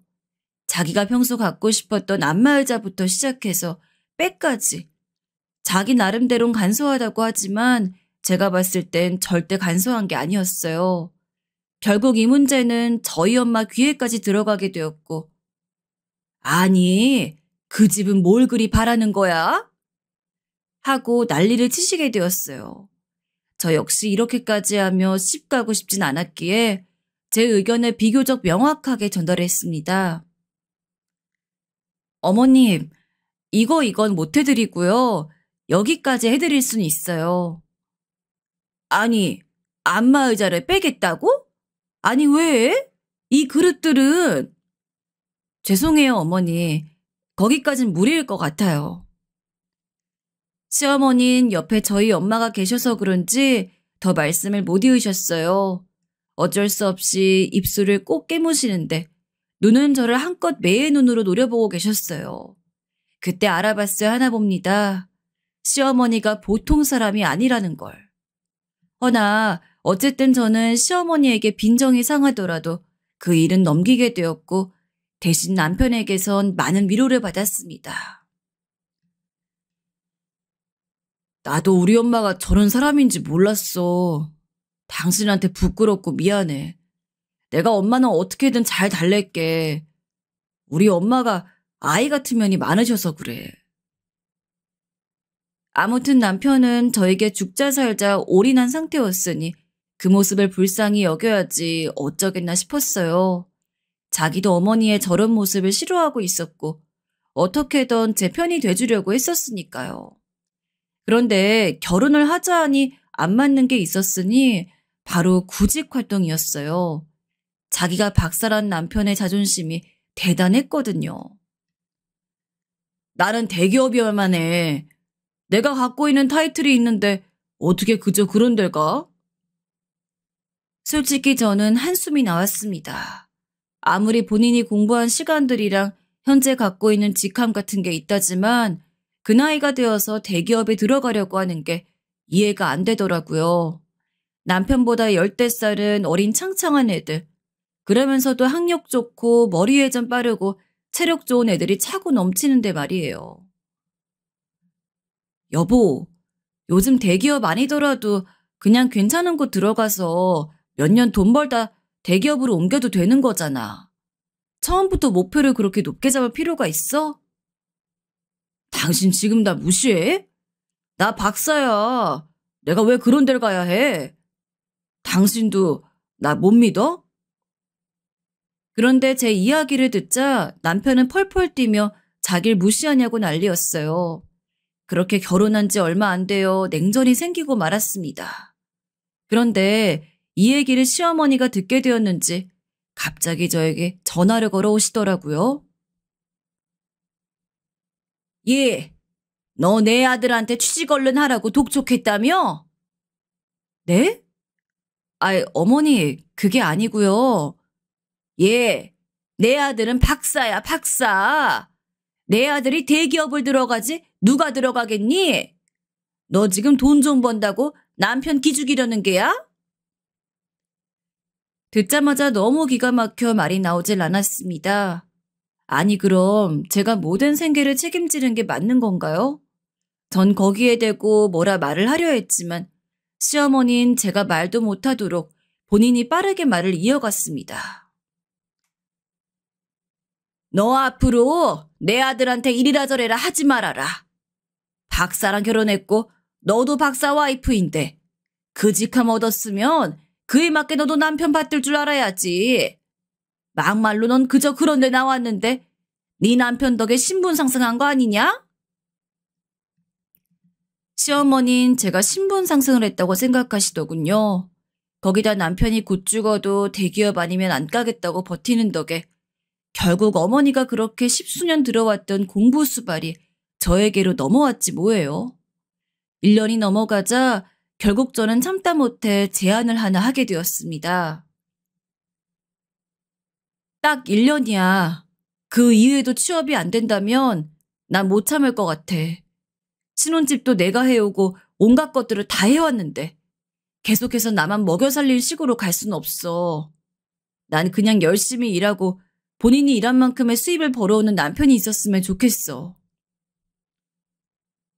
알겠어. 그렇게 할게. 이땐 남편도 나름 취업 준비로 지쳤을 때라 약간 기분 나빠하긴 했지만 어쨌건 나름의 노력을 했어요. 그래서 8개월 차쯤에 드디어 대기업을 포기하고 중견기업에 들어가게 되었습니다. 그 모습을 지켜보는 저도 쉬운 게 아니었어요. 결혼해서 저는 바쁘게 뛰어다니고 일하느라 매번 연신 정신없이 살고 있는데 남편은 느긋하게 책 한 권 끼고 집에서 커피나 마시고 집도 엉망이 되는 걸 보니 못 참겠더라고요. 그래서 강수를 두었고 그렇게 겨우 출퇴근하는 직장인들 무리 속으로 남편을 떠밀어 보내게 되었습니다. 게다가 저는 신혼 초 첫 달부터 나름 어머니께 도리한답시고 꽤 큰 금액의 용돈을 드렸어요. 어찌되었건 귀한 아들을 장가 보냈다고 그리 속상해하시니 한편으론 그냥 그런 말을 더 이상 듣고 싶지 않기도 했고요. 당시 제 월 수입은 꾸준히 몇 년간 1,000만 원을 오가는 수준이었으니 그 10분의 1 정도 드리는 건 그렇게까지 어렵진 않았어요. 그래서 매달 100만 원씩 어머니께 용돈을 보내드렸고 남편 수입이 없는 그 1년여의 시간도 제 수입만 갖고 살았고요. 처음엔 어머니도 좋아하셨습니다. 어머, 용돈을 이렇게나 많이 주는 거냐? 매달 주는 거 맞지? 네, 어머니, 맞아요. 그래, 그래야지. 고맙다, 잘 쓰마. 흐뭇하게 웃으며 그 돈을 주머니 속에 집어넣는데 저도 기분이 나쁘진 않았어요. 갑자기 그날은 제게 저 먹고 싶은 음식이 뭐냐 물으시며 한상 크게 차려주시고 안 하던 건강 염려까지 해주시고요. 그래, 건강이 뭐니 뭐니 해도 최고다. 이거 나 먹는 보약인데 몇 개 가져가서 너 먹어라. 이게 기관지에 좋아서 몇 달 꾸준히 먹으면 효과가 있더라. 먹고 부족하면 말해라. 시애미가 또 지어줄 테니. 네, 감사해요, 어머니. 한창 결혼하고 초반에는 조용하신 모습을 보니 더 이상 저한테 잔소리가 들려올 시간이 줄어들어서 그런가 약간 어머니 입장도 생각이 되었거든요. 나야 자식이 없어 모르지만 나에게 늘 짠한 감정을 갖고 있는 엄마 아빠를 생각하니 어머니 역시 본인 아들에게 그런 마음이겠지 싶었어요. 그런데 사람은 참 누구나 태어날 때부터 약한 걸 달고 태어나는 건지 아니면 우리 어머니만 유독 그렇게 못 되셨던 걸까요? 제가 한 달에 100만 원이란 용돈을 드리고 있음에도 그게 1년 정도 넘어가니 그 액수에도 무뎌지셨나 봐요. 초반엔 본인도 놀랐는지 좀 잠잠하다 갈수록 이게 익숙해지니까 점점 말로 제 성질을 건드리시는 게 아니겠어요? 어느 날 갑자기 저에게 전화가 오셨습니다. 무슨 일인가 해서 일하던 중 급히 전화를 받았는데 저에게 대뜸 그러시는 게 아니겠어요? 저기 얘, 너 나한테 타먹은 보약 말이다. 그거 더 필요하니? 처음에는 제 생각해서 보약 지어주시겠다고 온 전화인 줄로만 알았어요. 그래서 감사하다며 더 필요하다 했더니 어머니 말이 가히 상상을 뛰어넘으시더라고요. 그래, 그럼 입금해라. 내 계좌로. 네?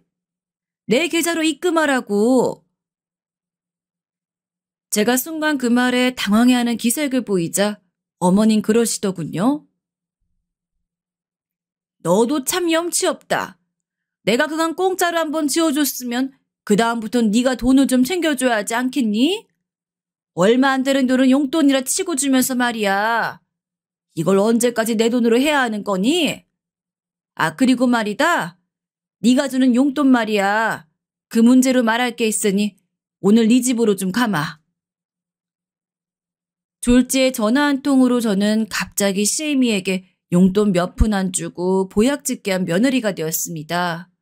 어이가 없어 얼떨떨해 있는데 지나가는 직원이 제 표정을 보고 무슨 일이냐 묻더라고요.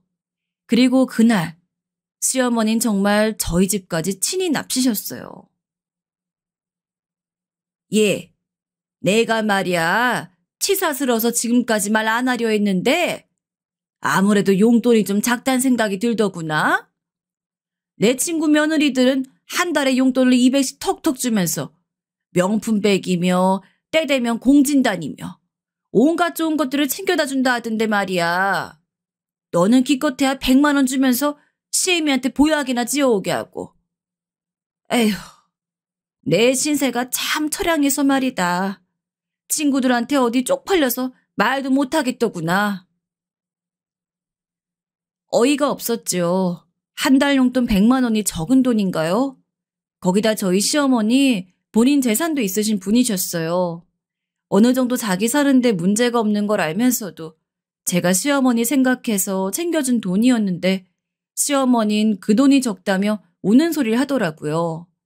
근데 여기서 남편은 이 이야기를 한참 듣더니 시어머니를 위로하는 게 아니겠어요? 엄마, 알겠어요, 엄마 말. 우리가 더 챙겨줄게요. 미안해요. 우리 생각이 짧았어. 난 그냥 엄마가 행복하게 사는 줄 알고 엄마 많이 섭섭했겠다. 그죠? 어이가 없어 말이 안 나오더군요. 시어머니는 그렇게 남편의 위로를 받으니 마음이 풀린 건지 그제야 씩씩거리던 걸 멈추고 저에게 기어이 한 소리를 하시더군요. 얘 있잖아. 내가 내 아들을 어떻게 키운 줄 아니? 너한테야 그냥 남편이지만 나한텐 아들이다. 그것도 귀하게 키운 하나뿐인 아들. 내 아들은 어렸을 때부터 내 속을 썩이지도 않았어. 그저 나밖에 몰랐다. 공부만 열심히 하고 언제나 이 엄마를 기쁘게 하는 그런 아들 말이다. 그러니 얘가 너랑 결혼한다 했을 때 내 가슴이 얼마나 청천벽력이었겠니? 너야 기껏해야 그냥 대학 졸업 학벌 가지고 있는 애고 돈만 좀 벌지 다른 거 내세울 거 없는 애인데 나는 내 아들 대통령 딸이 들어와도 아깝다고 생각했던 사람이야. 그런 내가 이 결혼 받아들여주고 그랬으면 너도 나한테 대가를 좀 지불해야 하지 않겠니? 최소한의 며느리로서 도리를 하란 말이다. 쥐뿔도 없이 나이만 먹은 자기 아들을 데려다가 강남 좋은 위치에 신혼집도 얻어 살게 해주고 있고 아들이 돈벌이 못할 때도 며느리가 순전히 자기 돈으로 살며 본인들한테 부모랍시고 용돈도 매달 100만 원씩 꼬박 몇 년을 갖다 줬는데 말이에요. 그렇게 할 거 다 하는 며느리한테 고맙다는 말 한마디는 안 하고 다시 또 한마디씩 얹어가며 잔소리 늘어놓는 꼴이 정말 보기 싫었어요. 거기다 그 말에 이어서 한 어머니의 말이 종일토록 일하는 제 머릿속을 내내 얼마나 괴롭혔는지 모릅니다. 네가 새가 먹이 채가 듯이 현우를 확 안 채갔으면 쟤는 벌써 똑똑하고 어린 여자 만나 애 몇은 낳고 잘 살았어. 집 믿어주는 여자 만나 큰 회사 들어가 훨씬 대단한 일을 하고 있었을 텐데 네가 재촉을 해가지고 저런 회사나 들어가 기죽어 살고 있는 거다. 현우가 얼마나 큰 힘을 댈 리인지 알기는 아냐? 아이고, 이래서 집안의 며느리를 잘 들였어야 하는데. 누가 보면 제가 납치해서 결혼이라도 한 줄 알겠어요. 본인 아들이 자기 이제 40 넘기면 진짜 장가 못 가는 데다가 저 아니면 죽을 거라고 단식투쟁하고 별짓을 다해 허락해 주셨던 걸 누구보다 본인이 잘 알지 않나요? 그런데도 왜 저렇게 생색을 내고 싶어 하시는 건지 정말 생각할수록 화가 났어요. 저 혼자 이렇게 부글부글 속 뒤집어지느니 차라리 남편에게 전화해서 한풀이라도 해야겠더군요. 허나 남편은 강 건너 불구경이었어요. 우리 엄마가 그냥 하신 말이야. 악의 없이 한 말이니 너무 깊게 받아들이지 마. 여보, 당신이 우리 엄마한테 이런 말 들었다고 생각해봐. 어떻게 이 말을 그냥 지나칠 수 있겠어? 제발 당신이 중간에 나서서 나한테 그만하라고 말이라도 제대로 해봐. 너도 참 예민하다. 아이, 뭘 그러냐 또. 하여튼 알겠어. 내가 엄마한테 말할 테니 화 풀어. 남편이 남의 편이라더니 진짜 그 말이 딱 맞더라고요. 연애 전까진 어떻게든 제 비위 맞춰주며 살살 달래주던 한 사람이 자기 엄마 일엔 확 돌변해서 절 예민한 사람이라 몰아가는데 기어이 배신감이 들면서 가슴에 화병이 생길 것만 같았습니다. 이래서 사람들이 늦은 나이에도 황혼 이혼이라는 걸 하는구나 싶어 새삼 그런 사람들을 이상하게 봤던 제 자신을 반성하게 되더군요. 그런데 그러다가도 남편은 이혼이라도 당할까봐 무서웠던 건지 제 엄마 편을 들다가도 고개를 바짝 낮추고 엎드려서 미안하다고 하고 돌아오는 길에 우리 샵 앞에 기다렸다가 직원들 간식도 넣어주고 하더라고요. 그래서 저도 그럭저럭 그때만 확 화풀이를 하고 잊어버리게 되었어요. 다른 사람도 이렇게 살겠거니 결혼이 원래 힘든 거겠거니 하고 말이죠. 물론 용돈은 20만 원 올려드렸어요. 20만 원이 적다고 이미 대빨 나오긴 했지만 저도 그 이상은 주기 싫었어요. 엄마, 이 사람도 요즘 힘들어요. 그러니 그냥 그 돈 받으시고 화 푸세요. 남편이 이렇게 시어머니 달래기 망정이지 안 그랬다면 계속 저에게 돈 달라 난리를 치셨을 거예요. 다행히 남편이 중재해서 용돈 문제는 마무리할 수 있었죠. 사실 이런 부분에서 별다른 중재가 어디 있겠어요. 자기 엄마를 바꿀 수 없다면 와이프 편이라도 잘 들어주면 되는 거 아니겠나요? 그래서 그렇게 생각하며 내가 그래도 시어머니 복은 더럽게 없지만 이 남자만 보고 결혼하길 잘했다고 생각했는데 인생은 호락호락한 게 아니더라고요. 이쯤 되면 예상하셨겠지만 제 남편이 사고를 치고 만 거죠. 전 이 일로 한동안 병원을 다니며 약을 먹어야 할 정도로 골치를 앓았고 내가 그렇게 힘들게 쌓아 올려 모든 게 다 담겨져 있는 이 사업도 처음으로 좀 쉴까 고민을 하게 되었거든요. 남편이 어느 날 갑자기 회사를 때려친 거예요. 그리고 갑자기 사업을 한다며 사업병에 걸린 거죠. 그것도 저 몰래 물속에서 이루어지던 일이었습니다. 그걸 알게 된 건 남편의 사업이 쫄딱 망해 어마어마한 빚 청구서가 날아왔을 때였고요. 여보, 어떤 사람이 찾아와서 지금 나보고 2억을 내놓으라는데 이게 무슨 말이야? 당신한테 왜 빚이 2억이 있어? 그게 여보, 뭐냐고! 내가 싫은 말이야. 당신한테 말 못한 게 있는데. 남편이 우물쭈물 내뱉은 말에 전 그만 기함을 하고 말았어요. 제가 돈을 안 빌려줄 걸 알자 시어머니에게 돈까지 빌려 사업을 했고 그 와중에 회사 다니는 척은 하기 위해 생활비도 갖다 준 겁니다. 한마디로 저를 철저히 속이고 일을 벌이다가 크게 말아먹은 거였죠. 남편이 기존의 회사에 만족하지 못하는 건 알고 있었습니다. 남편은 항상 이런 말을 반복하곤 했거든요. 난 이런 곳에 있을 사람이 아니야. 더 대단한 곳에 가 있어야 할 사람인데 내가 지금 내 재능 썩히고 뭐 하는 짓인지 모르겠단 말이야. 그럴 때면 저는 잘하고 있다고 지금 이 정도 회사에서 돈 버는 것만으로 훌륭한 일이라고 어떻게든 남편을 추켜 세워줬어요. 그렇게라도 해야 남편이 다니던 회사를 때려칠 것 같지 않았거든요. 근데 애초에 그런 노력조차 하지 말았어야 하나 봐요. 남편은 빚을 지고 와서 저에게 갚아달라 하더군요. 그러면서 하는 말이 여보, 나 이번에 한 번만 더 하면 잘할 수 있을 것 같은데 우리 적금 든 거 깨면 안 돼? 우리 엄마도 이제 돈 없단 말이야. 당신 제정신이야? 당신이 무슨 사업이야. 나 속인 거 미안하지도 않아? 정말 얼마나 남편이 한심스럽던지 빚 갚아달라는 것도 모자라서 적금 깨어 자기 한 번 더 도와달라 하는데 이 사람이 내가 아는 사람이 맞나 싶었어요.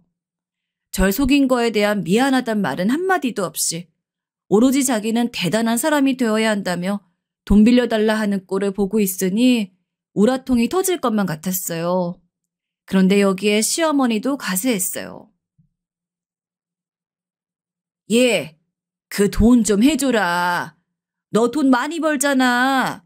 듣자니 니네 가게 이번에 매출이 부쩍 올랐다며? 그 정도면 얘 경제적으로 지원해줘도 되지 않겠니? 너도 알다시피 내 아들은 큰 물에서 놀아야 하는 애야. 그깟 쬐까나 회사에선 얘 능력을 알아주지 않는다고. 아님 너 돈 없으면 니네 친정에서라도 달라 하면 안 되겠냐? 어머님, 정말 해도 해도 너무하시네요. 박사 아들 귀하게 여기셨을 때 그러려니 했어요. 근데 요즘 세상에 박사가 무슨 한두 명인가요? 그리고 제 남편은 제가 아는데 그냥 저 그릇이 맞아요. 원래 다니던 회사에서 일할 그릇이라고요. 제발 어머님도 당신도 그만 현실을 직시하세요.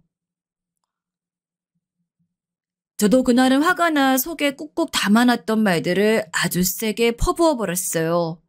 남편과 시어머니 표정이 순식간에 불그락 푸르락 변했지만 그러건 말건 그냥 집을 나와 친정으로 들어가 버렸어요.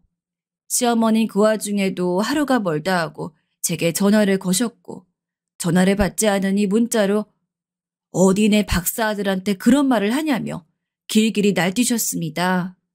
그 모습을 보곤 저희 엄마도 기가 차 할 말을 잃으시더라고요. 요즘 세상에 박사가 뭐라고. 정말 니네 시어머니도 단단히 미쳤구나. 하지만 엄만 그래도 이대로 이혼은 좀 안 되겠다 싶으셨는지 잘 달래서 돌려보내려 하더군요. 그렇게 엄마 때문에 다시 집으로 돌아오긴 했지만 솔직히 저와 남편의 사이는 이미 갈라질 대로 갈라져 있었어요. 더 이상 남편과 말도 하지 않았고 서로 필요한 대화 외엔 오가지도 않았어요. 당시 저는 남편이 만든 빚을 다 갚고 일만 하느라 바빴고요. 남편은 뭐 했냐고요? 남편은 그냥 집에서 잠자고 TV 봤습니다. 취직할 거야. 할 거라고. 말로는 그렇게 말했지만 딱 봐도 별다른 노력을 하지 않았어요. 그리고 저는 경쟁 업체로부터 소송에 휘말려서 잠깐 피곤한 상태에 있었는데 그래서 안 그래도 좀 예민했었거든요. 그래서 더더욱 신경 쓰지 않았어요. 그러던 어느 날 잘못 맞춰둔 남편의 알람이 연신 울리기에 끄려고 봤는데 핸드폰에 카톡으로 이름 없는 메시지가 와 있더군요. 왠지 모르게 도대체 왜 그랬는지 모르겠지만 전 그걸 왜 열어서 확인을 해보고 싶었던 걸까요? 남편과 연애를 하고 결혼 생활을 하는 그때 이르기까지 전 한 번도 핸드폰을 체크한 적이 없었거든요. 그날 유독 신경이 쓰여서 가뜩이나 피곤한데도 불구하고 그 창을 열어서 보게 되었는데요. 그 뒤로 제 앞길에는 지옥문이 열리게 되었어요. 처음에는 너무 어린아가 입 밖으로 아무 소리도 나오지 않았지만 나중엔 정말 뭐에 홀린 듯 메시지를 손으로 쭉쭉 내려가며 언제부터 남편이 이 메시지 상대 여자와 연락을 했는지 시기가 어느 때인지 보게 되더군요. 전 이전에도 법적인 문제로 몇 번 불리해졌을 때 그때마다 녹음이나 자료 확보가 중요하다는 걸 알고 있어서 이때 어떻게 대처해야 하는지는 알고 있었어요. 그런데 그때는 대상들이 남이니 그렇게 당당하게 대처했는데 내 편이라고 여겼던 남편이 벌인 일이라 생각하니 왜 그리 손이 벌벌 떨리고 계속 입이 벌어지는지 억지로 입을 다무느라 온몸에 긴장이 되었어요. 그 자리로 숨을 죽이고 남편 핸드폰을 들고 조용히 베란다로 나가 남편이 그 여자와 주고받은 메시지를 소리 안 나게 캡처해 제 핸드폰으로 전송했습니다. 그리고 그 내역을 남편 핸드폰으로부터 모두 삭제했고요. 혹시 몰라 사진첩을 뒤져보니 그건 또 뭔가 흔적을 안 남기려 애썼는지 한 장도 없더군요. 일단은 그렇게 다시 제자리에 돌려놓았고 그날 저는 뭔 정신인지도 모르는 채로 옷을 챙겨 남편이 깨기 전에 밖으로 나와버렸어요. 갈 데도 없고 내 집에 내가 머무를 수 없는 그 상황이 참 어이가 없고 허무하더라고요. 남편의 상간녀인 그 사람은 바로 예전에 남편이 다녔던 회사 여직원이었어요. 남편이 회사 여직원에 대해 몇 번 말을 하긴 했지만 남편과 거의 띠동갑이었고 저도 한번 얼굴을 스치듯이 본 것 같았어요. 우리 부부보다 한참 어리고 생기 넘치고 예쁘장한 친구였지만 제가 너무 어수룩했던 걸까요? 남편이랑은 조금 더 이성적으로 엮일 일이 있을 거란 상상도 못 해봤었거든요. 메시지엔 남편 이름을 불러가며 자기가 어쩌고 하는 말투하며 남편은 그 여직원에게 나는 너밖에 없다는 둥의 말을 써놨더군요. 와이프는 너무 성질이 세고 결혼해서 너무 불행해. 우리 엄마한테도 얼마나 함부로 하는지. 에휴, 지연이 같은 여자를 만났으면 얼마나 행복했을까? 오빠 너무 힘들겠다. 그래도 지연이가 있어서 오빠가 힘이 아주 많이 나. 심지어 그 여자가 뭐하러 이런 시꺼먼 남자를 좋다고 만나는 건지 이해가 안 갔어요. 근데 내용을 쭉 살펴보니 대강 알겠더군요. 남편은 지금 살고 있는 집이며 차며 모두 자기 재산인 것처럼 이 여자 앞에서 거짓말을 했나 보더라고요. 게다가 그 말을 꼭 해야만 지금이 어린 여자를 놓치지 않을 것 같았는지 그렇게 저랑 이혼을 반드시 할 거라며 신신당부를 해두었어요. 근처에 있는 호텔을 얻어 지내면서 잠깐 머리를 비우고 생각을 해보게 되었는데요. 아무리 생각해도 정말 답이 안 나오더라고요. 전 남편 하나만 보고 결혼했어요. 여자가 나이 마음대로 시집은 못 간 게 뭐가 그렇게 죽을 죄라.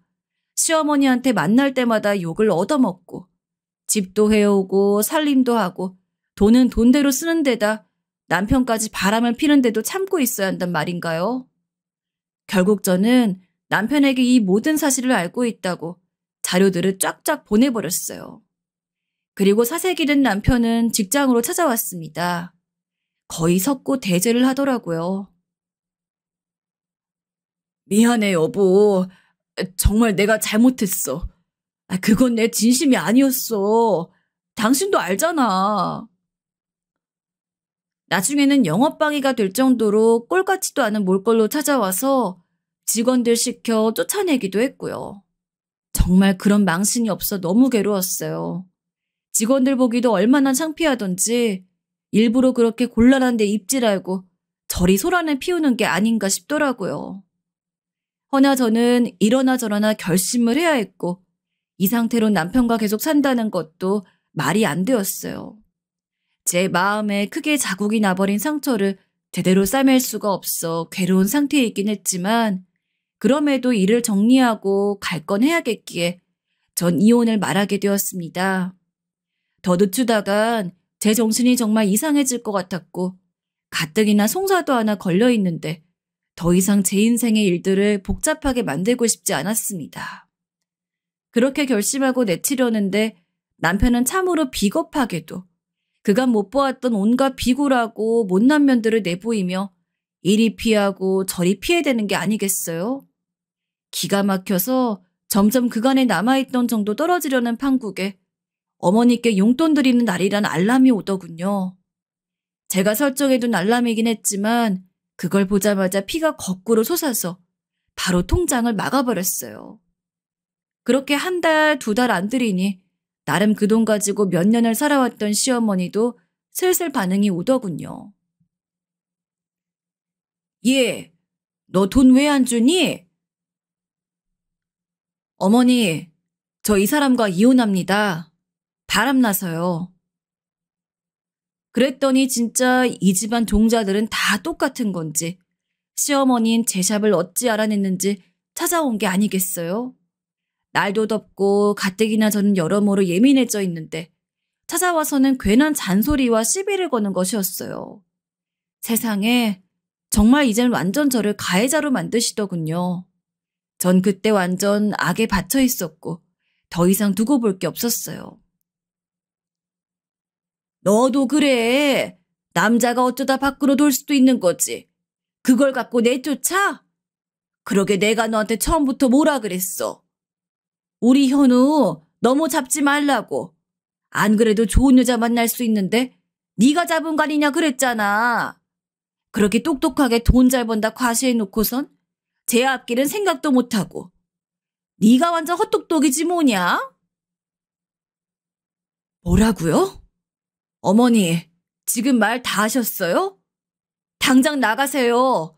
꼴 보기도 싫으니까 나가시라고요. 그놈의 잘난 아들 키워가지고 저한테 대체 얼마나 해먹었는지 아세요? 그랬더니 어머니가 갑자기 눈에 핏발을 들이세우더니 눈빛이 확 변하더군요. 뭐야? 이 되먹지도 않은 게 진짜?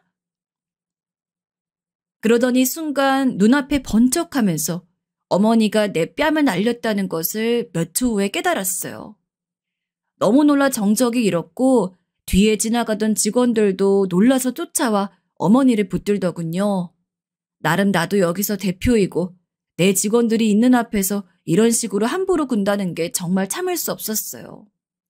그래서 저 역시 이성을 잃고 어머니에게 그에 못지않은 대응을 날렸습니다.